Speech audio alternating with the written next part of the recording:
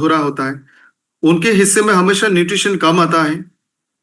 खुद की ध्यान रखना, सजना सजावट हमेशा मिस होता है। स्ट्रेस, टेंशन, डिप्रेशन होती है और वो मल्टीटास्किंग करती है। मैं जानना चाहूंगा सारे लोगों से, जो मैंने यहाँ पे लिखा, हालांकि ये स्टडीज और रिसर्चेस कहती है, क्या ये सही है आपके हिसाब से?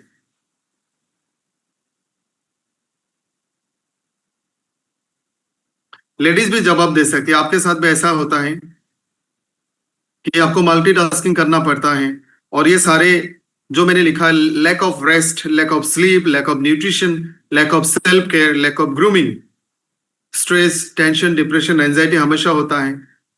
बच्चों को अपने स्कूल भेजा, उसका टेंशन, आपके हस्बैंड ऑफिस जाते हैं, टिफिन वगैरह, उसका टेंशन, घर को देखभाल करना, उसका टेंशन। तो ये सारे चीजों को लेके एक महिला घर चलाती है और मुझे लगता है कि कभी भी शायद किसी ने कभी शिकायत नहीं की। सो इसे ग्रेटिट्यूड और इस सेशन के माध्यम से मैं सभी लेडीज को बताना चाहता हूँ कि एस्ट्रोने वन A1 एकेडमी और हमारे सारे जो डिस्ट्रीब्यूटर्स हैं, हम सब इन चीजों को जानते हैं, सीखते हैं और हम कोशिश कर रहे हैं कि इसको हम लोग थोड़ा सा सुधारें। Will start from our home और हमें आपकी मेहनत, आपके डेडिकेशन की कदर है। सो आप सभी लोग अपने घर वालों को आज जाके थैंक यू बोल सकते हैं।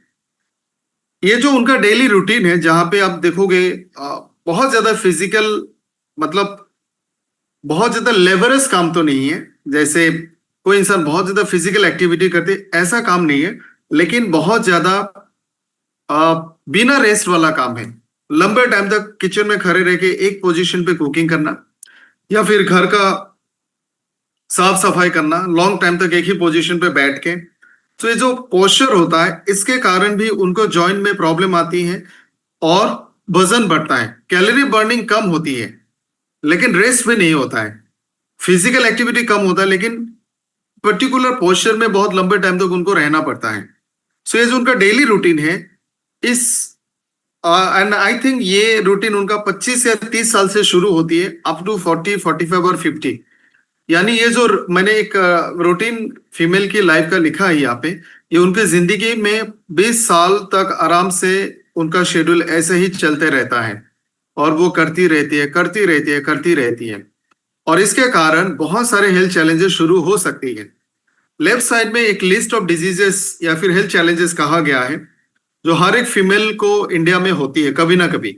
मेंस्ट्रुअल इश्यूज, पीरियड से रिलेटेड प्रॉब्लम, पीरियड कम होना, ज्यादा होना, पीरियड के दौरान सीवियर पेन होना, कभी पीरियड मिस होना, कॉम्प्लिकेशंस होना और इससे रिलेटेड पीसीओडी आप लोगों ने लिखा, बल्कि यूटेरस होना, ओवरी में, फेलोपियन ट्यूब्स में प्रॉब्लम होना। सो रिलेटेड प्रॉब्लम्स कॉमन है।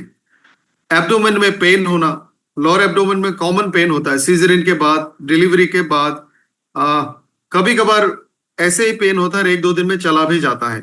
अगर आपने सीजरिन किया होगा, एलएस किया होगा, तो आप शायद आपको 2, 3, 4, 5 साल में कभी कभी उसमें पेन या फिर इंफेक्शन होने का चांस रहता है। यूटीआई बहुत कॉमन है। सो ये हेल्थ चैलेंजेस सिर्फ आपकी डेली वर्क शेड्यूल से नहीं होता है, बल्कि पुअर हाइजीन की वजह से भी हो सकती है।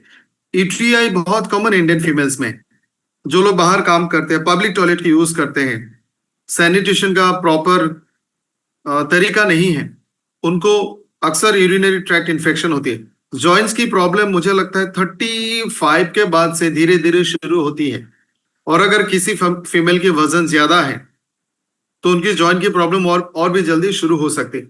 Nutrition deficiency, calcium, iron, B12, protein, ये कुछ स्पेसिफिक न्यूट्रिशन की कमी मेजॉरिटी ऑफ फीमेल्स में होती है और ये काफी सालों से हो रही है। Iron deficiency anaemia almost 58% females में इंडिया में है।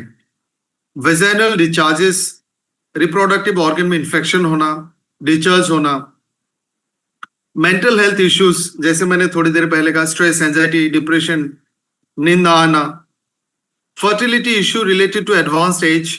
आजकल तो 30-35 में भी फर्टिलिटी इश्यूज आती है।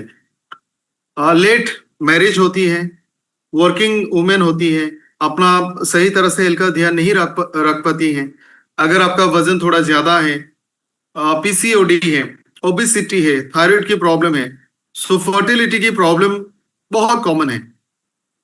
ऑलमोस्ट 10 में से 2-3 फीमेल्स को कॉमनली फर्टिलिटी चैलेंजेस आ जाती है, प्राइमरी फर्टिलिटी या सेकेंडरी फर्टिलिटी। हमने एक सेशन किया था इसको ऊपर में। पहला बच्चा होने में काफी सारे लोगों को प्रॉब्लम होती है, इसको प्राइमरी फर्टिलिटी कहते हैं। बहुत बार फर्स्ट चाइल्ड हो जाती है, लेकिन उसके बाद दोबारा से कंसीव करने में चैलेंजेस आती है, सेकेंडरी फर्टिलिटी। दोनों कॉमन है। और मैं यहाँ पे बताना चाहूंगा, क्योंकि हमारे सोसाइटी में जनरल एक मिसकंसेप्शन है कि फर्टिलिटी की प्रॉब्लम है अगर किसी कपल को बच्चा नहीं हो रहा है, the reason is the female. ऐसा नहीं है। स्टडीज और रिसर्च कहती है कोई भी कपल को अगर बच्चा नहीं हो रहा है तो आज के टाइम पे फीमेल और मेल दोनों ही इक्वली रिस्पॉन्सिबल है, दोनों के हेल्थ इश्यूज इक्वली देखा जाता है। प्रेगनेंसी इश्यूज, कंसीव करना, मिसकैरेज होना या फिर कॉम्प्लिकेशंस होना, एसेट्रा। ओबिसिटी, 30-35 के बाद वजन बढ़ना शुरू होता है। सर्वाइकल एंड ब्रेस्ट कैंसर, ये सब कुछ बहुत कॉमन है।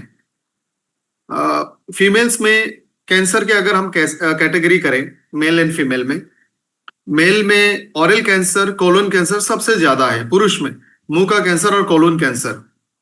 बच्चों में ब्लड कैंसर और ब्रेन ट्यूमर सबसे ज्यादा है। फीमेल्स में सबसे ज्यादा ब्रेस्ट कैंसर है। और एक स्टडी पे मैंने देखा था 13 to 15 lakhs आई थिंक हर साल न्यू केसेस रजिस्टर्ड होते हैं ओनली ब्रेस्ट कैंसर। और इसके नंबर ऑफ डेथ भी बहुत ज्यादा है। Domestic and sexual violence. So ये जो चैलेंजेस मैंने यहाँ पे लिखा है, आई एम श्योर इसके अलावा भी बहुत सारे हेल्थ इश्यूज हैं जिसको हमने नोट नहीं किया। वो आप जैसे एसिडिटी होना, इंडाइजेशन होना, डाइजेस्टिव डिसऑर्डर, उसको हमने काउंट नहीं किया। ये मेजर कंसर्न है और ये प्रॉब्लम ऐसे जो आप अनदेखा नहीं कर सकते, आप इसको इग्नोर नहीं कर सकते। अगर आपने इसको इग्नोर किया तो लॉन्ग टाइम में जाके सीरियस कंसिक्वेंसेस कर सकते हैं। और ये जो सारे चैलेंजेस हैं, इसका कुछ फैक्टर पाया गया है। पहला फैक्टर है अर्ली चाइल्ड बियरिंग। अभी तो थोड़ा सा लेट शादियां होती है शहर में, लेकिन गांव में आज भी आप देखोगे शादियां जल्दी होती है। 18 साल 19 साल के आसपास में शादी हो जाती है, बच्चे हो जाते हैं। सो अर्ली चाइल्ड बियरिंग एक रीजन है। Poor hygiene, multiple and frequent pregnancies, anxiety and depression, menopause, poor and insufficient diet, malnutrition. इसके अलावा सोशल लाइफ, डोमेस्टिक लाइफ, वो भी बहुत बड़ा असर करता है। ये सारी चीजों को अगर हम लोग ध्यान में रखें, कुछ प्रोडक्ट के बारे में बात करें, सो 8-10 प्रोडक्ट के बारे में मैं आप सभी से बात करूंगा। और इसमें पर्सनल केयर की प्रोडक्ट्स को इंक्लूड नहीं किया। वो आप सभी को पता है। आप क्वाटसी का प्रोडक्ट यूज कर सकते हैं, हिल्स एंड बीचेस का यूज कर सकते हैं। आपके पास डर्मासोल का प्रोडक्ट्स है, एल्गोथर्म का प्रोडक्ट्स है। अभी हमने सिंपलिज्म का एक सीरम लॉन्च किया, तो आप अपने हिसाब से कोई भी स्किन केयर के cleanser, toner, moisturiser, serum use कर सकते हैं। ये जो डिजीज का या चैलेंजेस का मैंने लिस्ट लिखा है, मैं जानना चाहूंगा सारे लोगों से एक बार, अगर आपके घर में जितने भी फीमेल्स हैं उनमें से किसी को भी इसमें से कोई भी इश्यू है तो आप यस लिखें। अगर किसी भी फीमेल्स को इनमें से कोई भी एक इश्यू नहीं है तो आप नो लिखें, जस्ट टू अंडरस्टैंड कि ये कितना कॉमन है। आप यस या नो लिख सकते हैं। सभी लोगों ने यस लिखा, किसी ने नो नहीं लिखा।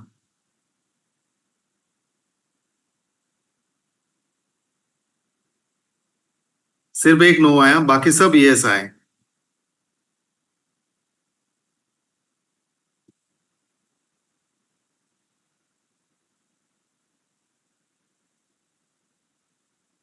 दो नो आया, बाकी सारे यस है।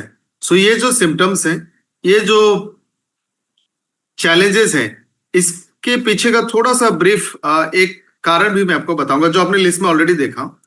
आप देखोगे जो हमारे घर की महिलाएं सुबह जल्दी उठती है, पूरा दिन काम करती है, रात को लेट सोती है,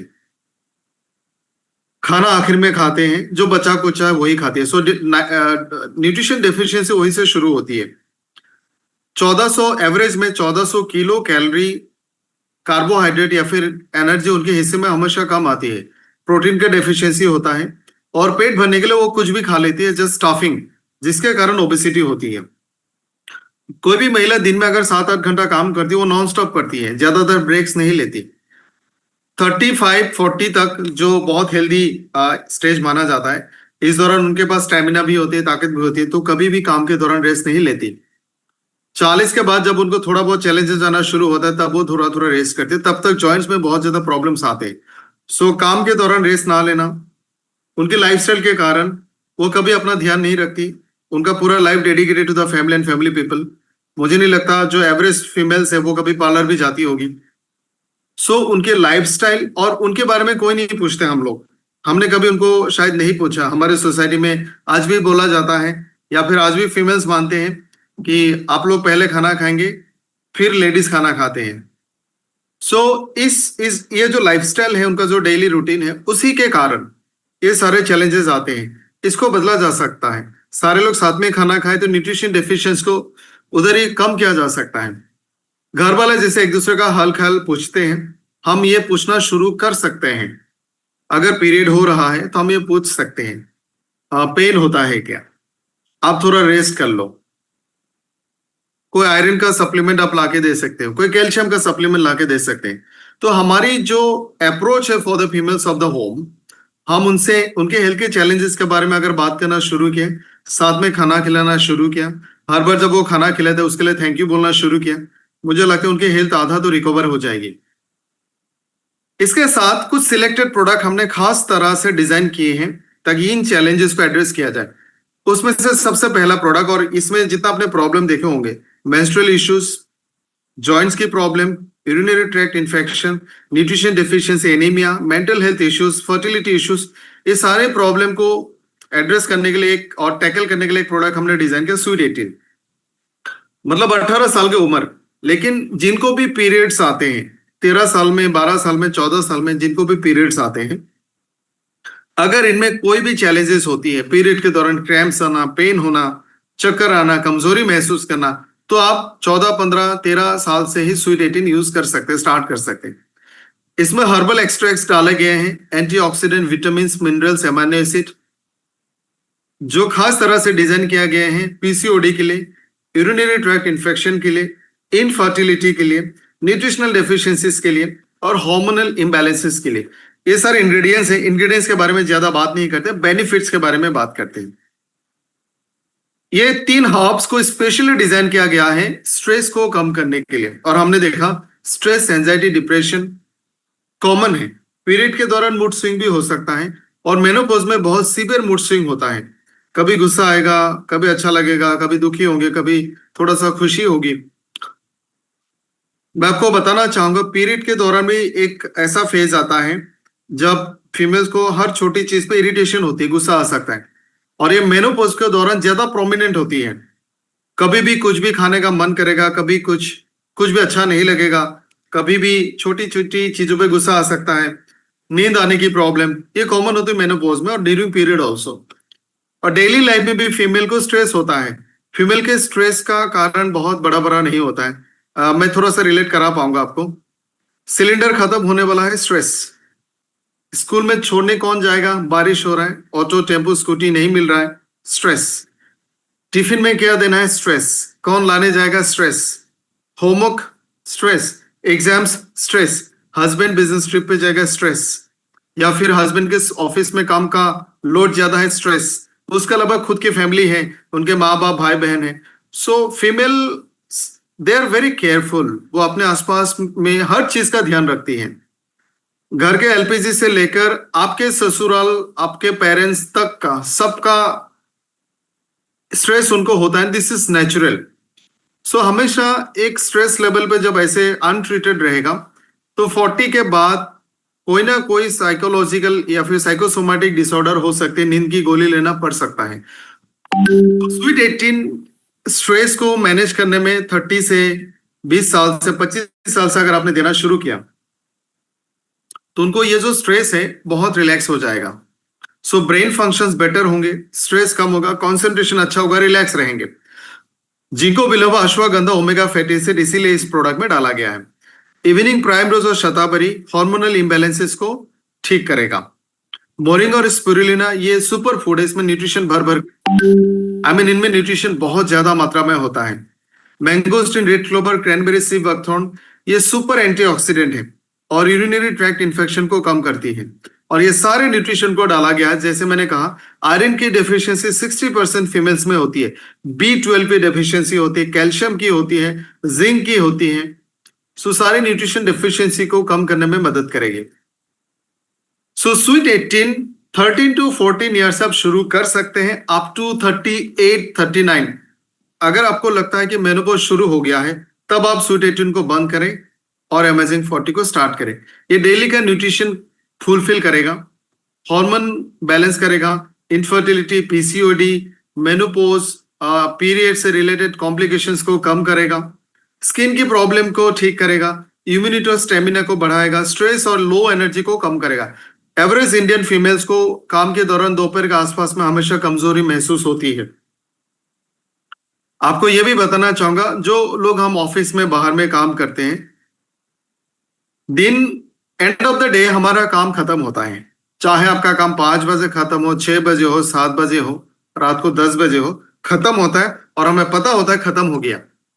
या फिर हमारे लिए छुट्टियां भी होती है, बट फीमेल्स के लिए ये कभी खत्म नहीं होता। No Sunday, no holiday, no vacation, और उनका काम का कोई भी टाइमिंग खत्म नहीं है। It's a cycle. रात हो गया, सुबह का टेंशन, सुबह हो गया, दिन का टेंशन, दिन हो गया, शाम का tension. So it's a never ending process. वहां में एक्चुअली में स्वीट 18 उनको बहुत रिलैक्स रख सकती है। उनकी प्रोडक्टिविटी, उनके हेल्थ, उनकी एक्सटर्नल हेल्थ, सारी चीजें बेहतर हो सकती है। जो फीमेल्स 38 40 के आसपास में, उनके लिए खास प्रोडक्ट हमने डिजाइन किया, अमेजिंग 40, जहां पे मेनोपॉज होती है। मेनोपॉज के दौरान बॉडी में बहुत सारे चेंजेस आती है। आपका वजन बढ़ सकता है, स्किन में पैचेस आ सकता है, फेशियल हेयर आ सकता है, हॉट फ्लैशेस आ सकते हैं, वजन बढ़ेगा, ओबेसिटी होगा, मूड स्विंग होगा, स्ट्रेस होगा, डिप्रेशन होगा, आपको किसी भी छोटी बात पे गुस्सा आ सकता है, इंसोम्निया, नींद ना आना, ऐसे बहुत सारे चैलेंजेस आते हैं और ये आसान नहीं है। और अमेजिंग 40 को हमने पूरी इस फेस के लिए डिजाइन किया गया है। मेनोपॉज 1 या 2-3 महीने में खत्म नहीं होता, ये एटलीस्ट 2-3 साल तक चल सकता है। कभी कभी 5 साल 7 साल तक देखा गया है, और एटलीस्ट 1-1.5 साल तक तो ये फेज रहता ही है। शुरू में कभी कभी पीरियड मिस होना शुरू होगा, कभी ब्लीडिंग ज्यादा होगा, कभी कम होगा, you will miss period some months, फिर वो पीरियड शुरू होगा, सम टाइम पीरियड नहीं होंगे, ओनली डिस्चार्ज होंगे। और इस दौरान आपकी बॉडी में आप चेंजेस फील करोगे, साइकोलॉजिकल चेंजेस, फिजियोलॉजिकल चेंजेस, वजन बनना, facial hair, patches, et cetera et cetera. So menopause एक बहुत ही मुश्किल दौर है, जो जनरली 38 या 40 से शुरू होती है, और ये 42 44 तक चल सकती है। मेनोपॉज का जो प्राइम रीजन है वो हार्मोनल चेंजेस, कुछ हार्मोन की उत्पादन बंद हो जाती है और इसके कारण पूरे बॉडी के फिजियोलॉजी बदल जाती है। पूरे बॉडी के बहुत सारे फंक्शंस में बदलाव आते हैं। इसी के लिए हमने ये प्रोडक्ट डिजाइन किया गया है और इसके बेनिफिट्स मैं आपको बताऊंगा। आप देखोगे कुछ हर्ब्स को हमने सेम डाले स्वीट 18 और अमेजिंग 40 में, लेकिन इसकी कॉन्सेंट्रेशन में चेंजेस है। अमेजिंग 40 में इन हर्ब्स को थोड़ा ज्यादा डाला गया है, जिनको बिल्व अश्वगंधा, ब्लैक कोहोज। वहां पे आपने कुछ और देखा था, यहाँ पे ब्लैक कोहोज डाला गया है। यहाँ पे हमने ओमेगा डाला था, यहाँ पे ब्लैक कोहोज डाला गया है। सो ब्रेन और स्ट्रेस को कम करेगा। इवनिंग प्राइम रोज, कैस्टरबेरी, शताबेरी, ये भी हमने कुछ चीजें यहाँ पे अलग डाले हैं। हार्मोन को बैलेंस करेगा। Cranberry, sea buckthorn, super antioxidant और यूरिनरी ट्रैक्ट इन्फेक्शन को कंट्रोल करेगा। Curcumin, shallaki, anti inflammatory. Milk thistle, liver health को अच्छा रखता है और सारे vitamin and minerals. So amazing 40 में कुछ सिमिलर इंग्रेडिएंट्स हमने डाले हैं लाइक दैट ऑफ स्वीट 18, लेकिन उसकी कॉन्सेंट्रेशन, मात्रा डिफरेंट है और कुछ हर्ब्स और इंग्रेडिएंट ज्यादा हमने डाला है। प्योर फोकस कि आपकी मेनोपॉज के दौरान चैलेंजेस कम हो। सो अमेजिंग 40 38 में अगर आप महसूस करते हैं मेनोपॉज शुरू होने वाली है, आप तुरंत लेना स्टार्ट करें। 2-3 साल तक लगातार लेते रहे, डोंट स्टॉप। अगर आपने 38 में लेना शुरू किया, जब तक आपको नहीं लगता कि पिछले 5-6 महीने से पीरियड्स बिल्कुल बंद हो गया है, तब तक आप इसको कंटिन्यू करते रहें। व्हेन यू आर कंफर्म्ड कि 3-4-5-6 महीने से नहीं हो रहा, दे कैन स्टॉप अमेजिंग 40। इसके अलावा नॉर्मल इंसान भी ले सकता है अगर आपका इम्यूनिटी कम है, मेनोपॉज के सिम्टम्स आ रहा है, एनर्जी लेवल कम है, जॉइंट्स की प्रॉब्लम है, हार्मोनल इम्बैलेंसेस है, स्किन की प्रॉब्लम है, यानी अगर आप 50 में हैं, मेनोपॉज खत्म हो गया, तब भी आप ये ले सकते हैं। जनरली मेनोपॉज खत्म होने के बाद हर कोई से 44 के ऑनवर्ड्स एवरीडे वन भी ले सकते हैं, but if you feel like amazing 40 लेना, आप वो भी ले सकते हैं। Ageing related issue, daily nutrition deficiency को फुलफिल करने में अमेजिंग 40 हेल्प करेगी। एक कॉमन प्रोडक्ट है वुमेन वन, इसे डेली वुमेन टॉनिक। ये इम्यून सिस्टम को अच्छा रखता है, ब्लड को प्यूरिफाई करता है, हार्मोन को बैलेंस करेगा, फर्टिलिटी को बढ़ाता है, स्ट्रेस को कम करेगा, स्किन को रिजुविनेट करता है, मेंस्ट्रुअल साइकिल को रेगुलेट करेगा। आप इसको डेली ले सकते हैं। आप 10, 12, 13 साल के कम उम्र के बेटियों को भी दे सकते हैं। So this is for immunity, hormonal balance, menstrual cycle, healthy skin and hair. आप ये मान सकते हो कि ये आपका पहला प्रोडक्ट है, इससे आप शुरू करें। ये प्राइमरी बेसिक प्रोडक्ट है। स्वीट 18 एडवांस प्रोडक्ट है, उसमें इंग्रेडिएंट ज्यादा है, उसके एक्शन ज्यादा है, और वो लंबे टाइम तक आप इसको लेंगे। आप दोनों भी साथ में यूज कर सकते हैं, women 1 and sweet 18। 10 to 20 ml दिन में 2 बार आप ले सकते हैं। पीरियड के लिए खास तरह से, प्री मेंस्ट्रुअल सिम्टम्स के लिए, पीरियड से पहले या फिर पीरियड के दौरान जो सिम्टम्स होते हैं इसके लिए, स्किन और हेयर के लिए आप ये प्रोडक्ट ले सकते हैं। एक इंपॉर्टेंट प्रोडक्ट जो इंडियन फीमेल्स को चाहिए वो है कैल्शियम। बहुत सारी स्टडीज में देखा गया है मेनोपॉज के बाद 50% फीमेल्स को ऑस्टियोपोरोसिस की खतरा रहता है, क्योंकि मेनोपॉज में जो हार्मोन्स बंद होते हैं वो आपके हड्डियों को मजबूत रखने का काम भी करती थी, और वो हार्मोन्स बंद हो गए तो आपका हड्डियां कमजोर होना शुरू हो गया। इसके अलावा आपको 2-3 चीजें मैं और बताना चाहूंगा। हमारे बॉडी में कैल्शियम सिर्फ हड्डियों में काम नहीं करता, कैल्शियम बहुत सारे काम करता है। नर्व के फंक्शन के लिए कैल्शियम चाहिए, मसल के फंक्शन के लिए कैल्शियम चाहिए, हमारे मूवमेंट के लिए कैल्शियम चाहिए, डाइजेशन के लिए कैल्शियम चाहिए, मेटाबॉलिज्म के कैल्शियम चाहिए, सेल के हर फंक्शन को करने के लिए कैल्शियम चाहिए। पेट में जो प्रेगनेंसी में जो बच्चा होता है पेट में, वो छोटे बच्चे बनने के लिए कैल्शियम चाहिए, उसकी ग्रोथ के लिए कैल्शियम चाहिए, उसका नर्वस सिस्टम बनने के लिए कैल्शियम चाहिए। मेटाबॉलिज्म के जितने भी साइकिल्स है, प्रोसेस है, पैथवेज है, आप मान लो बॉडी के जितने भी फंक्शंस है, हर एक फंक्शन में कैल्शियम बहुत इंपॉर्टेंट है। इनफैक्ट कैल्शियम से रिलेटेड एक सेंसर हमारे खून की नलियों में भी होता है। वो छोटा सा गेट है जो कैल्शियम से कनेक्टेड है, और उस गेट को बंद या खोल के स्टिमुलेट करके ब्लड प्रेशर को कम ज्यादा किया जा सकता है। सो कैल्शियम हमारे बॉडी के ऑलमोस्ट सारे फंक्शन में मदद करती है।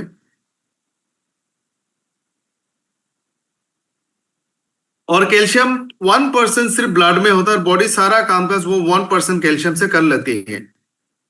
और 99% कैल्शियम हमारे हड्डियों में होती है, जो हड्डियों को मजबूती देती है और उसका वजन बढ़ाता है। बोन मिनरल डेंसिटी हम जिसको कहते हैं। जब हमारे ब्लड में कैल्शियम कम हो जाती है, क्योंकि हम कैल्शियम नहीं लेते, और अगर आप लेते हैं तो विटामिन डी नहीं लेते, सो ओनली कैल्शियम बॉडी में एब्जॉर्ब नहीं होता, उसके लिए विटामिन डी चाहिए। जब भी ब्लड में कैल्शियम कम होती है तो बॉडी हड्डियों से कैल्शियम निकालना शुरू करती है। इस प्रोसेस को ऑस्टियोपिनिया कहती है। जब हड्डियों में कैल्शियम कम होना शुरू होगा उसको कहते हैं ऑस्टियोपिनिया। जब ज्यादा कम हो जाएगा तो उसको बोलते हैं ऑस्टियोपोरोसिस, यानी आपकी हड्डियां इतनी कमजोर हो गई कि छोटी सी हीट से भी, इंपैक्ट से भी टूट सकता है, फ्रैक्चर हो सकता है।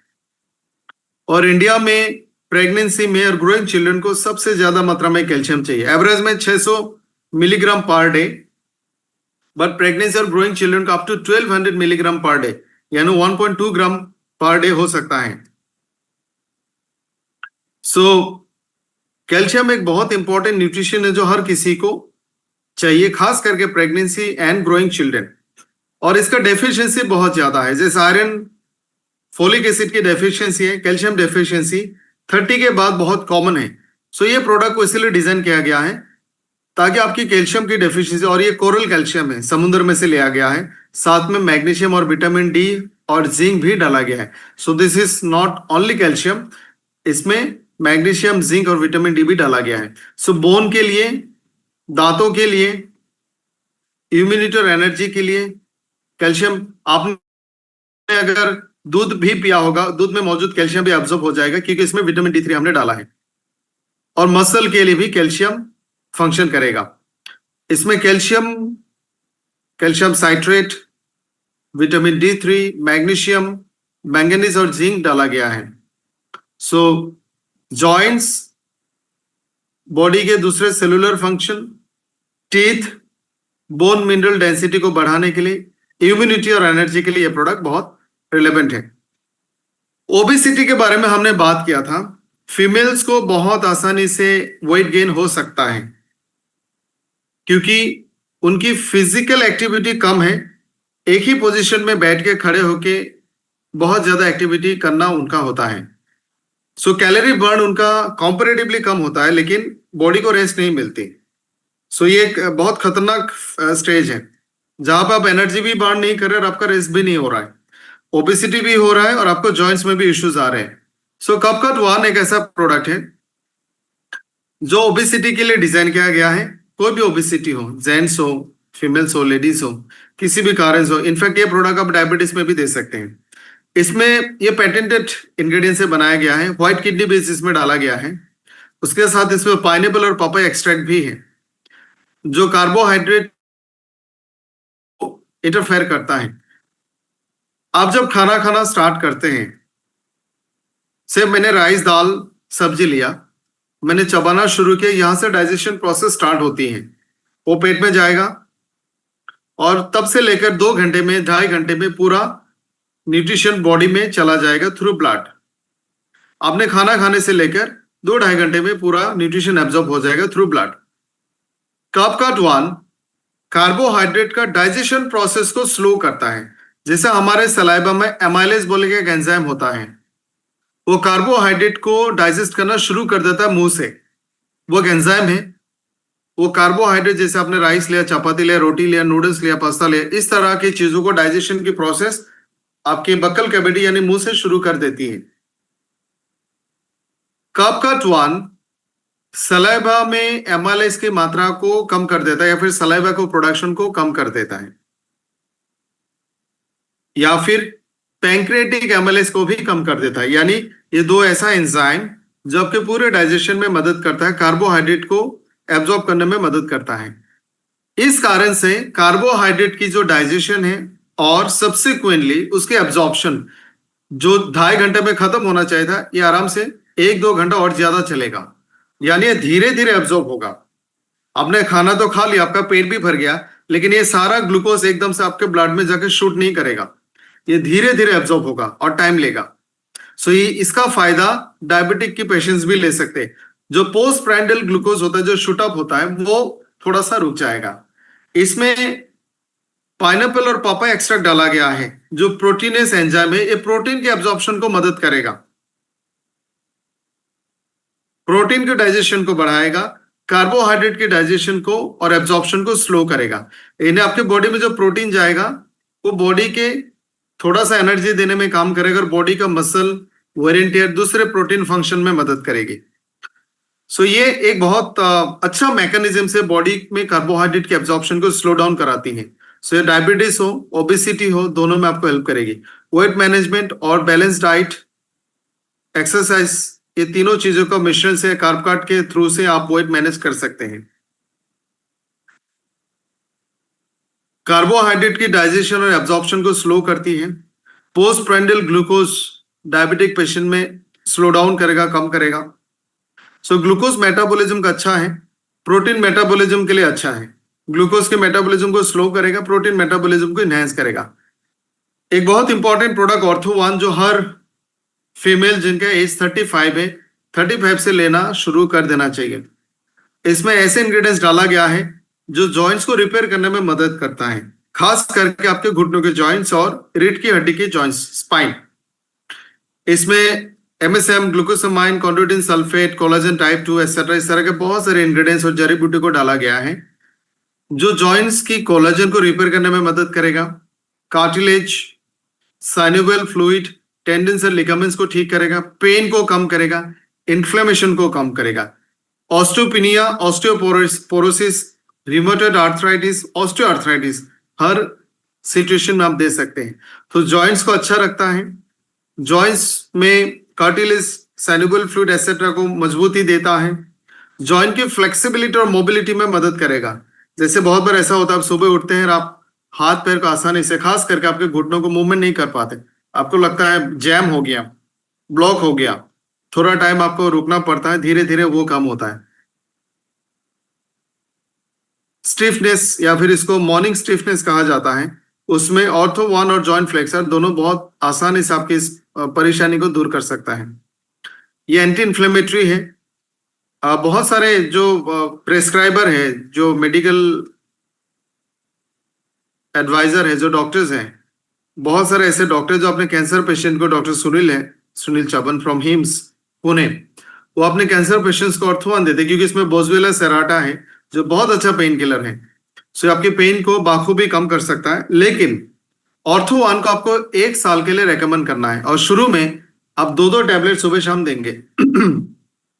2 टैबलेट सुबह, 2 टैबलेट शाम को। इसका बेहतरीन टेस्टिमनी मेरी मदर है।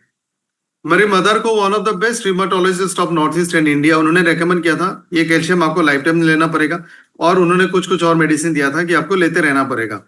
और उनकी मोबिलिटी बिल्कुल रेस्ट्रिक्टेड हो गई, चलना फिरना उठना बैठना बिल्कुल लिमिटेड हो गया।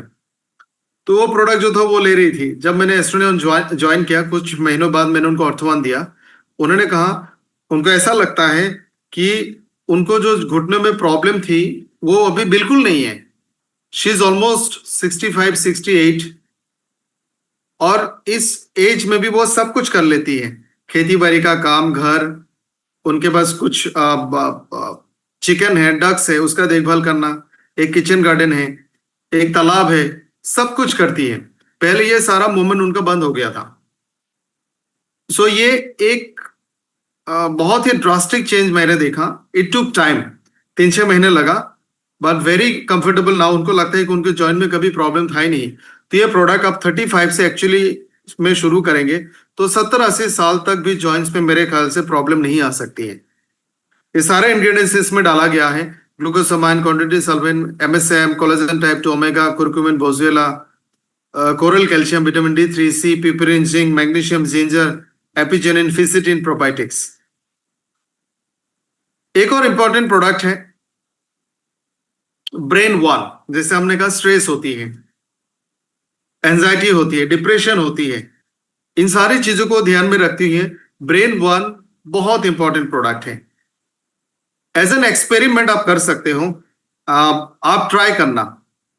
अगर किसी के घर में 40 के आसपास में 2 फीमेल्स हैं, या फिर आप 2 ऐसे फीमेल्स को जानते हो, one of them is your family member, आपके घर में कोई 40-45 का महिला है, और उनके जैसा कोई दूसरी महिला आपके फैमिली में है, दूसरे फैमिली में आपके रिलेटिव, उन दोनों में एक को आप ब्रेन वन और ऑर्थो वन दे दो, दूसरे को कुछ मत देना। 1 महीने के बाद दोनों का फीडबैक लेना। सो आपको एक ड्रास्टिक चेंज सुनने को मिलेगा, और ये एक दिन से एकदम से नहीं आएगा। वो 2-3 महीने के बाद जब आप उनसे सवाल पूछोगे कि पहले आपको घुटनों में दर्द होता था, अभी कैसा है, पहले आपको बहुत टेंशन होता था, अभी कैसा है, पहले आप ये नहीं कर पाते थे, अभी कैसी है, तो वो आप बहुत आसानी से फाइंड आउट कर सकते हैं कि उनके ऑलमोस्ट सारे चैलेंजेस कम हो गई है। So stress, anxiety, concentration, relaxation, अच्छी नींद के लिए ब्रेन वन उनको बहुत हेल्प करेगा। हर्ब्स डाला गया है इसमें, एंटीऑक्सीडेंट है, विटामिन और मिनरल्स है, अमाइनो एसिड है, प्रोबायोटिक्स है। अलर्टनेस और कंसंट्रेशन को बढ़ाएगा, कॉग्निटिव हेल्थ को बेटर करेगा। जो एक अननेसेसरी स्ट्रेस हर रोज लेती है, 24 घंटा रखती है सबके लिए, वो थोड़ा सा कम हो जाएगा। उनका मूड अच्छा रहेगा, मेमोरी अच्छा होगा, एज रिलेटेड मेमोरी इश्यूज, जो डिमेंशिया, अल्जाइमर्स है, वो कम हो जाएगा। ब्रेन बॉडी कोऑर्डिनेशन अच्छा होगा, उनके ब्रेन की जो परफॉर्मेंस है वो बढ़ेगा। प्रोबायोटिक से डाइजेशन और गट हेल्थ भी अच्छा होगा। सो this is all about female health, जिसके बारे में हमने थोड़ा सा डिटेल में बात किया, और इस सेशन को यहीं पे खत्म करते हैं। Thank you. Recording stopped. Session related कोई सवाल अगर किसी के मन में आ रहा है, जो भी हमने डिस्कस किया, आप पूछ सकते हैं।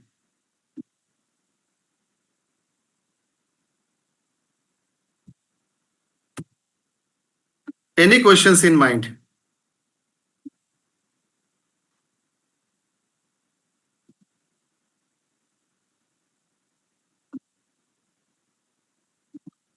मैं एक बार सारे प्रोडक्ट को बस रिकैप करूंगा, और मैं सारे जितने भी यहाँ पे फादर्स हैं, ब्रदर्स हैं, सन्स हैं, जितने बेटे हैं,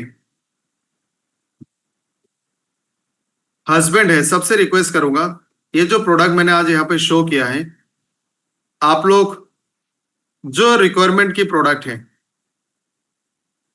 स्वीट 18 हो, अमेजिंग 40 हो, या फिर कैल्शियम हो, वुमेन 1 हो, कार्ब कट 1 हो, ऑर्थो 1 हो, और ब्रेन 1, ये सारे प्रोडक्ट में से जो भी आपको सही लगता है, एटलीस्ट 3-4 प्रोडक्ट आप जरूर अपने घर में जो महिला है, आपकी वाइफ हो, मदर हो, उनको जरूर दें।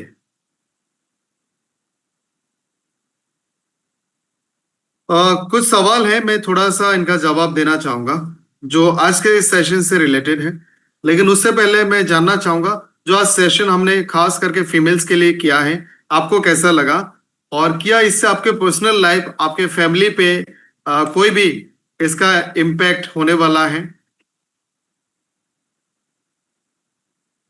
बाला कृष्ण देशमुख जी ने पूछा, 14 साल को लड़की को, शायद आपने स्वीट 18 को पूछा होगा, दे सकते हैं। अगर पीरियड से रिलेटेड कॉम्प्लिकेशंस हैं, पीरियड से रिलेटेड इश्यूज हैं, तो आप दे सकते हैं, लेकिन वजन का ध्यान रखना होगा, कितना उनका बॉडी वेट है। एक अच्छा सवाल पूछा गया कि डिलीवरी के बाद क्या क्या देना चाहिए। एक प्रोडक्ट यहाँ पे मैं दिखाना भूल गया, वो है हेमो14।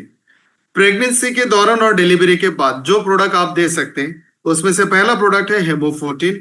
एक मल्टीविटामिन हो सकता है, क्रिल हो सकता है, और प्रोटीन हो सकता है।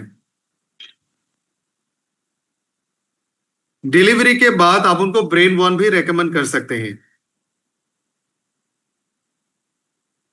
किसी ने पूछा है क्या कंसीव होने में मदद करेगा। कंसीव होने का हमारे पास बहुत सारे टेस्टिमनीज है। बिहार में एक हमारे डिस्ट्रीब्यूटर है जिन्होंने शायद 18 कपल्स को दिए थे, और उसमें से शायद 12 कपल्स ने कंसीव किया है। सो कंसीव का रिजल्ट हमारे पास बहुत सारा है। ऐसे कपल्स को आप दोनों को प्रोडक्ट देना, हस्बैंड एंड वाइफ। वुमेन 1 किसी ने पूछा कि हम लोग पुरुष को भी वुमेन 1 दे सकते हैं क्या। बिल्कुल दे सकते हैं, लेकिन उसका उतना अच्छा रिजल्ट आपको शो नहीं करेगा। आप उसके बदले लिवर का प्रोडक्ट ले, एवरीडे 1 ले। एक दो प्रोडक्ट के बारे में और बात करूंगा जो मैं टाइम के वजह से डिस्कस नहीं कर पाया। फीमेल्स में जो यूरिनरी ट्रैक्ट इन्फेक्शन होता है, लिक्यूरिया होती है, उसके लिए लिको UT1 देना है, हेमो14 देना है। और ध्यान रहे, लिको UT1 जो मेरिड कपल्स है, हस्बैंड एंड वाइफ दोनों को देना है। अगर इन्फेक्टिव लिकोरिया है, इन्फेक्शन से है, तो इन्फेक्शन वाइफ से हस्बैंड को कैरी होती है, लेकिन हस्बैंड में सिम्टम्स नहीं दिखते। आपने वाइफ का ट्रीटमेंट कर दिया, वाइफ ठीक हो गई, कुछ महीनों के बाद हस्बैंड से दोबारा वाइफ में वापस आती है। सो आपको ध्यान रखना है, 3 महीने तक हस्बैंड एंड वाइफ दोनों लिको UT1 कंज्यूम करें। मर्दों को भी अगर यूरिनरी ट्रैक्ट की इन्फेक्शन होती है तो लिको UT1 ले सकते हैं।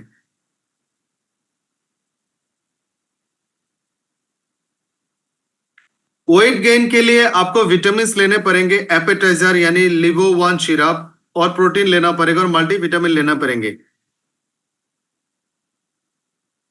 किसी ने पूछा कैलमेक डी में K2 क्यों नहीं डाला, विटामिन K2 क्यों नहीं डाला। ये हमने मल्टीविटामिन में डाला है, हार्ट 1 में डाला है, क्योंकि यहां में हमने जितना कैल्शियम डाला वो विटामिन D3 की मदद से आपके बॉडी में काम में लग जाएगा। लेकिन अगर किसी को हार्ट से रिलेटेड इश्यूज हैं, तो उसके लिए आपको हार्ट 1 से, उसके माध्यम में K2 से वो कैल्सिफिकेशन रुक जाएगा।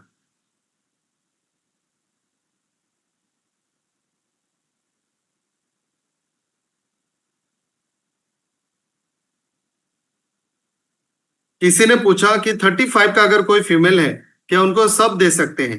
बिल्कुल, स्वीट 18 और अमेजिंग 40 दोनों में से कोई एक देना है, बाकी आप सारे प्रोडक्ट दे सकते हैं। इचिंग का जनरली अगर एलर्जी है, स्किन की प्रॉब्लम है, तो आप उनको एवीबीटी जूस पिलाएं, आप एलोजेल लगाए, क्वार्ट्ज का सोप लगाए, इससे ठीक होना चाहिए। अगर कोई स्पेसिफिक रीजन और स्पेसिफिक जगह पे है तो उसके लिए हमें डिस्कस करके उसका प्रोडक्ट बताने होंगे।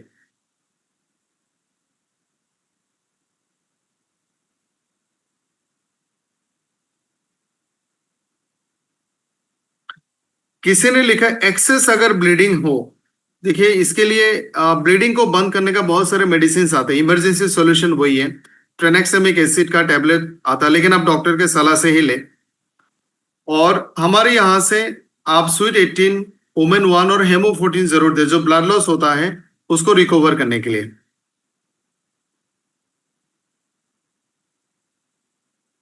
मेरा रिक्वेस्ट है कि आज के टॉपिक से रिलेटेड सवाल ही पूछे, दूसरा सवाल ना पूछे। राजेश जी ने पूछा क्या हमारे प्रोडक्ट WHO से प्रमाणित है? आप लोगों ने शायद देखा होगा, जो हमारा, देखिए WHO से ज्यादा इंपॉर्टेंट है US FDA। US FDA का प्रोडक्ट अगर है तो ये दुनिया का सबसे अच्छा प्रोडक्ट है। WHO हर प्रोडक्ट को सर्टिफाई नहीं कर सकती। WHO मैन्युफैक्चरिंग रेगुलेटरी अफेयर नहीं है, बल्कि WHO कुछ रेजिमेंट्स को बनाती है, वैक्सीन को, कुछ ट्रीटमेंट को, कुछ थेरेपीज को रेकमेंड करती है, न्यूट्रिशन को डिफाइन करती है, ये सर्टिफाई नहीं करती है। ORS में आप देखोगे WHO के हिसाब से डिजाइन किया हुआ ORS। दुनिया का सबसे अच्छा प्रोडक्ट भी बिना WHO का सर्टिफाइड हो सकता है, हालांकि हमारा है, लेकिन जो सबसे इंपॉर्टेंट सर्टिफिकेशन है वो है US FDA compliance manufacturing plan. यानी इस प्लान से जो भी प्रोडक्ट बन के आता है वो दुनिया का सबसे बेहतरीन प्रोडक्ट्स में से एक है।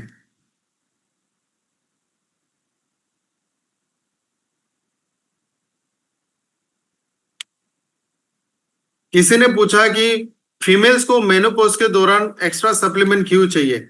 क्योंकि मेनोपॉज के दौरान फीमेल्स के बॉडी में बहुत सारे खतरनाक बदलाव आते हैं, physiological changes, physical changes, psychological changes, और इस चेंजेस को टैकल करने के लिए हेल्दी सप्लीमेंट की बहुत ज्यादा जरूरत होती है। ये रिकॉर्डिंग एक एग्जीक्यूटिव ग्रुप है हमारे, जहां पे सारे सीनियर लीडर्स मौजूद हैं, सीनियर मैनेजर एंड अबव। आप अपने सीनियर मैनेजर या फिर उसके ऊपर का कोई भी लीडर है, आप उनसे रिकॉर्डिंग मांग के ले सकते हैं। सो आज के सेशन को यहाँ पे खत्म करना चाहूंगा। एक सवाल आया, ये जवाब देना जरूरी है। शीतल जी ने पूछा, ऑर्थो 1 में कोलाजन है जो प्योर वेजिटेरियन लोग नहीं ले सकते, इसके लिए क्या करें? ये थोड़ा सा डिप्लोमेटिक क्वेश्चन है और डिप्लोमेटिक आंसर इसके लिए जाएगा। जब हम बीमार होते हैं और जब हम उसकी इलाज करते हैं, इस दौरान वेज नॉन वेज को आप ना देखें, it's a disease and it's treatment. और मुझे लगता है कोई भी धर्म ग्रंथ खाने पीने के मामले में, हलाल हराम के मामले में इस्लाम ज्यादा पर्टिकुलर एंड वेरी स्ट्रिक्ट, फिर भी मेडिसिन के लिए उसकी छूट है। कहा जाता है जो भी मेडिसिन सिस्टम है आप उसको अपनाएं और अपना इलाज कराएं। हम ट्रीटमेंट को, मेडिसिन को, सप्लीमेंट को सिर्फ मेडिसिन की नजर से देखें। अगर हम वेज नॉन वेज के हिसाब से देखने जाएंगे तो जितने भी प्योर वेजिटेरियन लोग हैं वो कोई भी दवा नहीं खा सकते, कोई भी दवा वेज नहीं होता है। सो इन सप्लीमेंट्स को वेज की, नॉन वेज की नजर से ना देखें, इसको मेडिसिन की नजर से देखें। बहुत सारे ऐसे मेडिसिन हैं जिसमें थोड़ा बहुत अल्कोहल होता है और हम उसको लेते हैं। एलिक्सर्स, बहुत सारे बच्चों का टॉनिक आता है जिसमें थोड़ा सा अल्कोहल होता है। हर कैप्सूल का जो कवर है वो एनिमल बोन से बनता है। So don't take it as veg and non veg, consider it as a medicine which is essential for life.